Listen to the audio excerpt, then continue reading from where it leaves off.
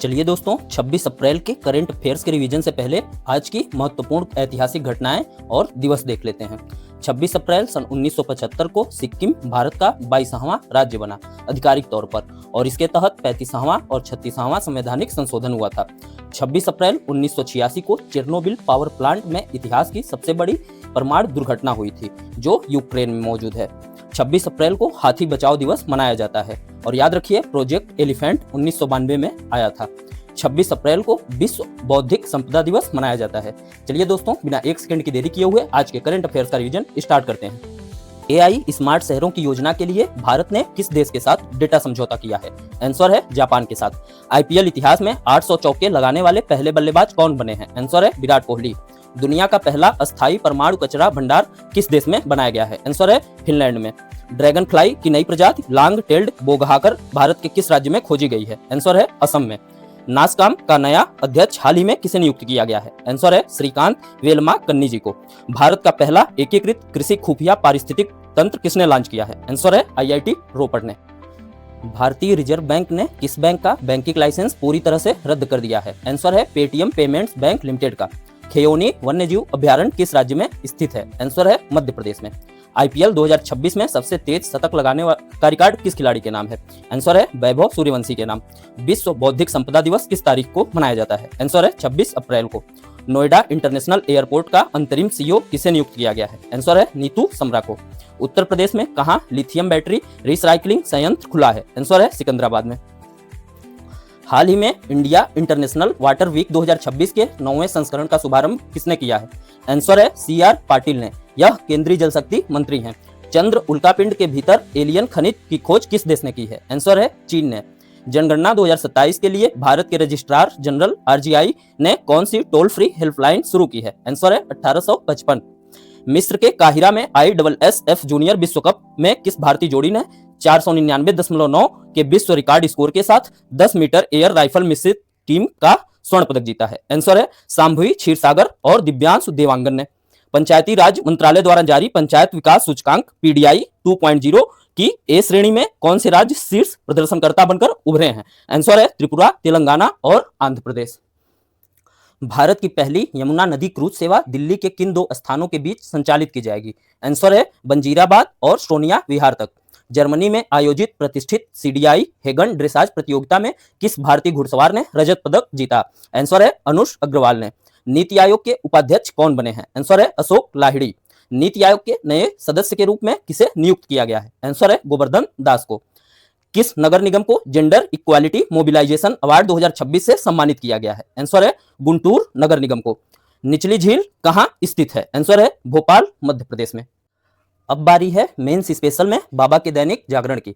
Polity से खबर number 1, supreme court की 5 न्यायाधीशों की पीठ ने फैसला सुनाया कि क्या राज्य सहकारी समितियों के तहत पंजीकृत सोसाइटियों को अनुच्छेद 12 के तहत राज्य माना जा सकता है। सुप्रीम कोर्ट का यह निर्णय मौलिक अधिकारों के प्रवर्तन के लिए महत्वपूर्ण है।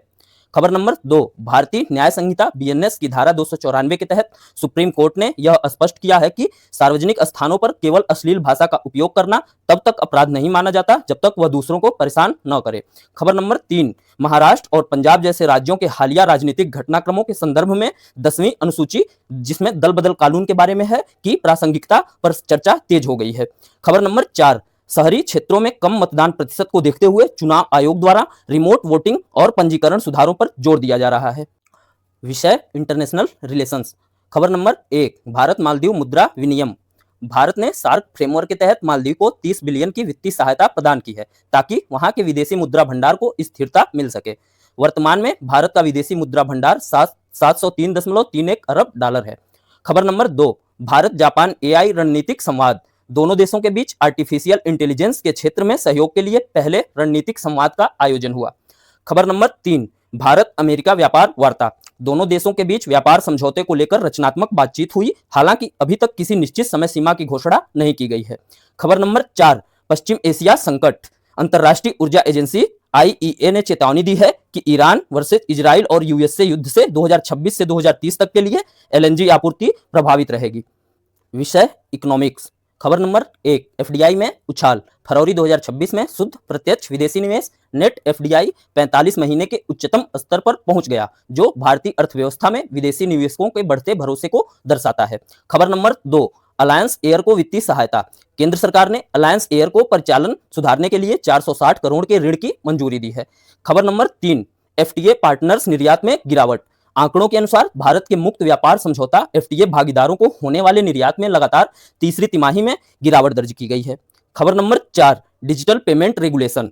आरबीआई ने फिनटेक क्षेत्र के नियमों को कड़ा करते हुए नियमों के उल्लंघन के कारण कुछ प्रमुख संस्थाओं के लाइसेंस और संचालन पर गहरी समीक्षा की है। विषय पर्यावरण और विज्ञान एवं प्रौद्योगिकी। खबर नंबर 1, हैंगिंग ग्लेशियर। हिमालयी क्षेत्रों में हैंगिंग ग्लेशियर एक बड़े खतरे के रूप में उभर रहे हैं, जिसमें भविष्य में ग्लेशियर फटने की घटनाओं का जोखिम बढ़ गया है। खबर नंबर 2, अंतर्राष्ट्रीय बीज दिवस। 26 अप्रैल को अंतर्राष्ट्रीय बीज दिवस मनाया जा रहा है, जिसका उद्देश्य पेटेंट मुक्त बीजों और जैव विविधता को बढ़ावा देना है। खबर नंबर 3, चेस 3 उत्सर्जन मानक। ऑटोमोबाइल क्षेत्र के लिए नए कड़े उत्सर्जन मानकों पर चर्चा शुरू हो गई है, जो विद्युतीकरण की ओर बढ़ने के लिए प्रेरित करेंगे। खबर नंबर 4, लैंडफिल से मीथेन उत्सर्जन। एक नए अध्ययन में पाया गया है कि कचरा डंपयार्ड्स से होने वाले मीथेन उत्सर्जन जलवायु परिवर्तन के लिए एक बड़ा कारक बन रहा है। दोस्तों, आज का प्रश्न, भारत में सबसे अधिक उपजाऊ मृदा कौन सी है? इसका आंसर आप लोग कमेंट में दीजिए। मिलते हैं कल ठीक इसी टाइम रात 9 बजे। तब तक लगे रहिए, मस्त रहिए। जय हिंद, वंदे मातरम।